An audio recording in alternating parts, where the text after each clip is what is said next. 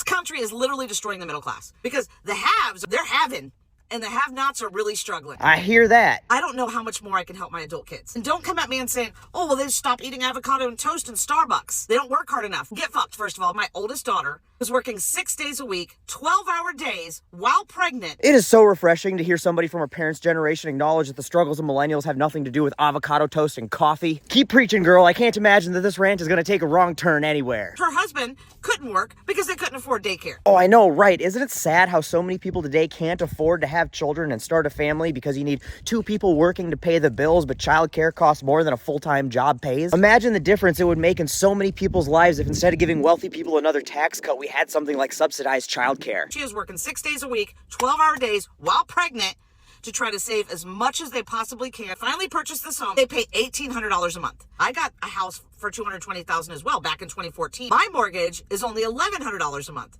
because my interest rate was so much better. Oh, I know. Do not get me started on housing affordability. It is almost impossible for millennials to find an entry-level home within their means, and it's almost impossible to save for it because rent is so damn expensive. But huge congrats to her for being able to get their first home. That is awesome. She's still working her butt off 6 days a week, 12 hours a day. She goes and delivers a full human and only takes 2 days off from work after delivering her baby because she can't afford not to. That is a tragic story and unfortunately a reality for far too many parents in our country. I'm so excited that my state passed paid maternity leave that'll be taking effect next year to help people like your daughter through those kinds of situations. But while policies like that are a norm in the developed world, they are a rarity here in the United States. Imagine what parents' lives could be like if we prioritized their lives a little bit more than welfare for the Waltons. Then she gets a notification from the mortgage lender that says the property insurance has gone up. So come next month, we're going to ask you to pay $2,300 a month instead of $1,800. Her company, after she gets this notification, tells her that they have to lay her off because they just can't afford to keep all these employees on. Oh, I'm pretty sure they could have afforded to keep her on, but that probably would have eaten into that quarter shareholder returns. Sadly, leaning out workforces is a direct result of union busting, poor worker protections, and low top tax brackets that don't force companies to reinvest in themselves. And after all, why hire more employees for the tax break when you can just lobby for laws that don't make you pay taxes at all? And from the low pay to the lack of maternity leaves to the layoffs, your daughter's story seems like the textbook example of right to work laws like you have there in Alabama. So then her husband finds the job this time. He's working 6 days a week, full time, still are having a hard time. And she's like, all right, Mom, I got this. I'll file my taxes. They've always got something back. They did not get anything back this year, but she owes $3,000. And then I turn on the news every day and I see that our government is just printing money to help other people that just crossed over the border illegally. Oh, honey, you were so close to getting there, and you just blew past your exit. All you had to do was just a quick signal and a slight veer to the right, and we were there. Please tell me this was just a speed bump, and you're gonna get off on the next exit, take the frontage road back, and save this thing. How the hell is our government paying everything for people to just cross over the border, and they get more than what people that have lived here all their life has? Nope. You just saw the exit sign for where you've been driving to this whole video. And instead of getting off, you just looked at us dead in the eye and were like, you ever seen the movie Thelma and Louise? Well, you might want to buckle up. I told her, I said, you know what? You'd probably be better off just getting rid of all your identity, driving to Mexico, and then crossing the border, and you'd probably get more benefits and have more money to help take care of your family. Okay, that is horrible advice. Like, what the fuck do you think happens? You just think, like, Julio is sneaking across the border, and as soon as he gets on American soil, he goes straight to the office for free stuff for illegal immigrants, and they give him an EBT card and an Obama phone and keys to a condo in Palm Springs and a new Tesla. Do you know what people need to get, like, food stamps and housing assistance and social security services? A fucking social security number. You know something undocumented immigrants don't happen to have? A social security number. You know, the number that the government uses to document you. And while they don't have access to really any government assistance programs, they still pay almost $12 billion a year in taxes. If you really want to go down this road, if anything, all of the government checks your family gets is mooching off of immigrants, not competing with them for it. But that's not the case. You, me, and Jose are all on the same side, whether you like it or not. You and your babies come first. I'd actually say,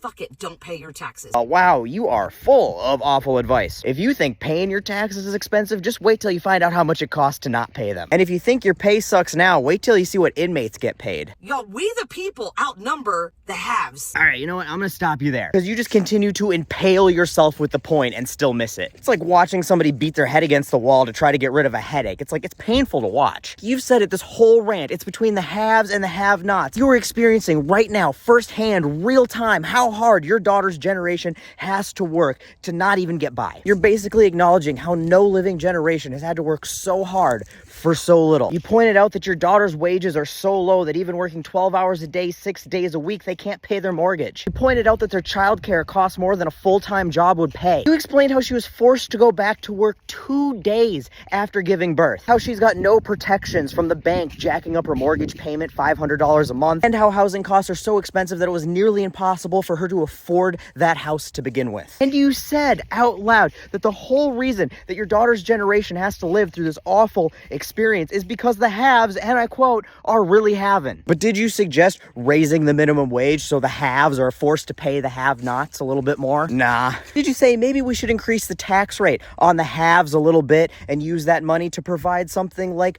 paid maternity leave? No. Might you have mused that we cut corporate subsidies and use the savings to provide free childcare? No, that would be ridiculous. Now, you went on this 6-minute long rant about how the ultra wealthy are exploiting our generation and robbing your daughter of her chance to have a comfortable, dignified life. And after 6 minutes of a passionate, heartfelt, painful explanation of how the billionaire class is boning us, you get to the end and you're like, you know what the problem is? Fucking Mexicans. What the fuck? You had us there in the first half, I'm not gonna lie. In fact, you had it all the way down to the last minute and you're in field goal range and suddenly it's like you're playing for the Minnesota Vikings. And Alabama propaganda kicked in, you went totally Tucker and missed the goddamn goalpost by a mile. Like, I just cannot grasp this level of cognitive dissonance, because you gotta know that it's not Juan sneaking across the border buying private jets and super yachts with the quarterly returns he got from paying your daughter poverty wages and then making her Christmas bonus a round of layoffs. And don't get me wrong, I don't think you're a bad person, but you have a real, genuine, heartfelt story that resonates